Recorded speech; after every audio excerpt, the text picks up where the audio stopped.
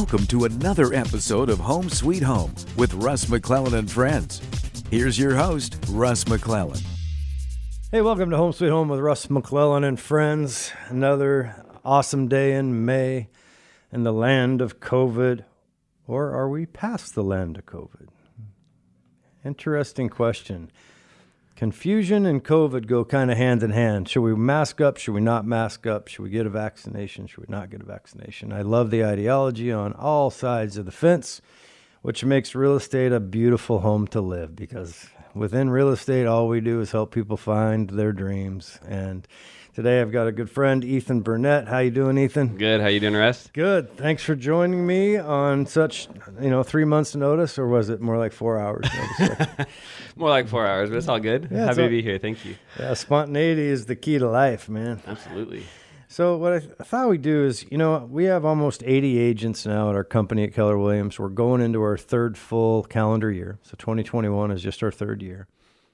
We've grown a lot, and which is exciting. And what's fun about that is I get to meet more and more people as the designated broker and one of the owners.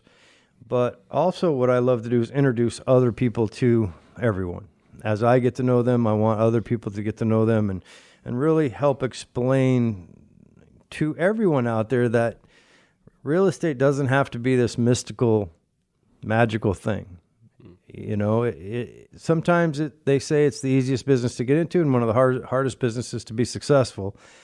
But I believe that is in large part based on the lack of training that has often been plaguing real estate brokerages from coast to coast, right? Yeah, there's your phone, there's your desk, all your friends and family. Good luck. I'll be in Mexico. Send me the check until you burn out. So what I thought I'd do, Ethan, is just introduce you, kind of tell us about where you're from and how real estate kind of become part of your gig.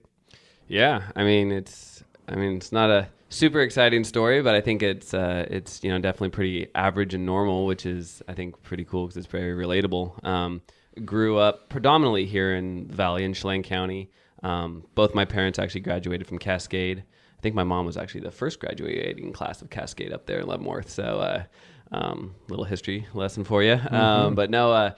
So grew up predominantly here. My dad was in law enforcement and has continued to be that in the Valley, serving our community as an elected official, which has been super, super awesome just to grow up watching amazing leadership. And so since a young age, I've always wanted to do and serve. It was just kind of like the mantra of our family, I guess. And so did a variety of different little things. Did running start here in the Valley, played football through Wenatchee High School and coached at Foothills Middle School for a little bit and coached some baseball, little league all-stars and stuff like that.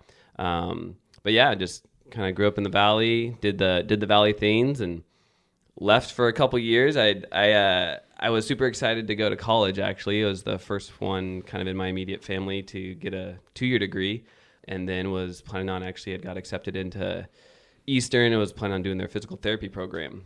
I had an internship at a local PT clinic here and just decided it wasn't for me. It was too mundane. Right. No offense against all the PTs out there, but it was just too mundane for me. I always kind of had an entrepreneurial spirit. Mm-hmm. Ever since I was a little kid, I was, I'd buy candy at the dollar store and take it to family reunions and sell it for a profit to my cousins and stuff like that. I have quite a few cousins and extensive family, and so I just kind of have always been that kind of guy. I liked making money, and at that age, I think I liked eating candy more than making money, so it's just a way to feed my candy habit. But it taught me lessons. You bet. And so so I decided PT wasn't for me, and I didn't want to. I was very averse to debt, even at a young age.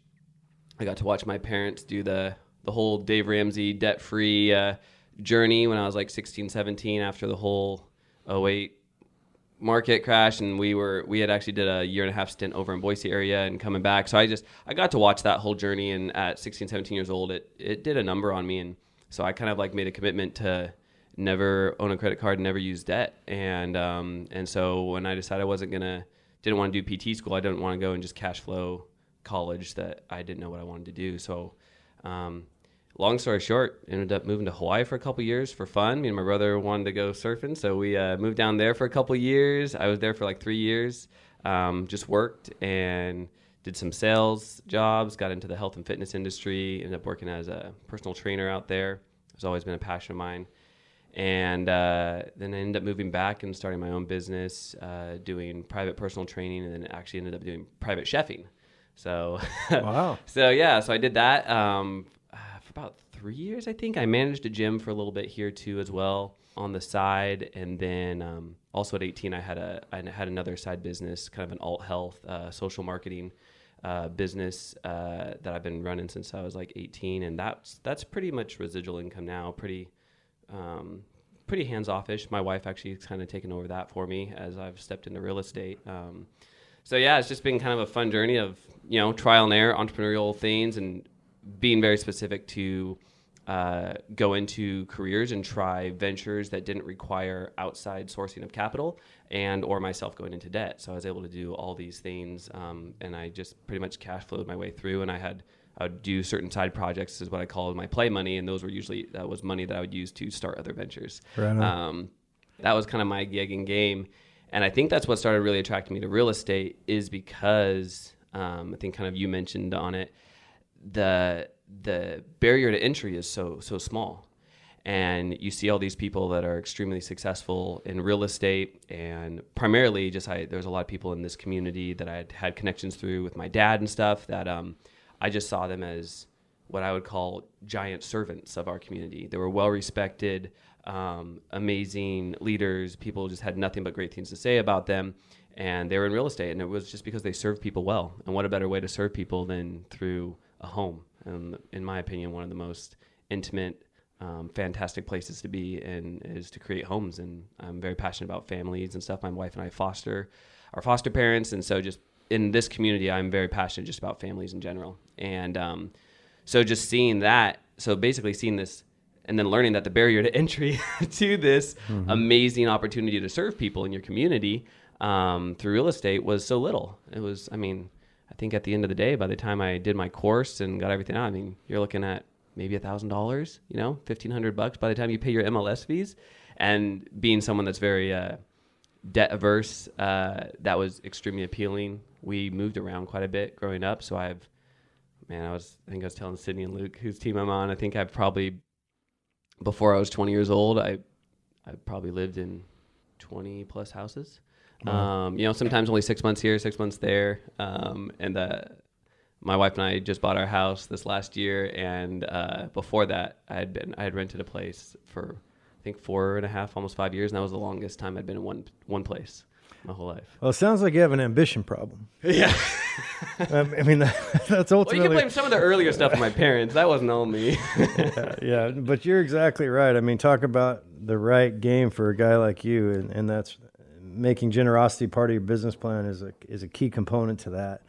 And when you create a big why for yourself, like you seem to have figured out at an early age, money alone will get you started.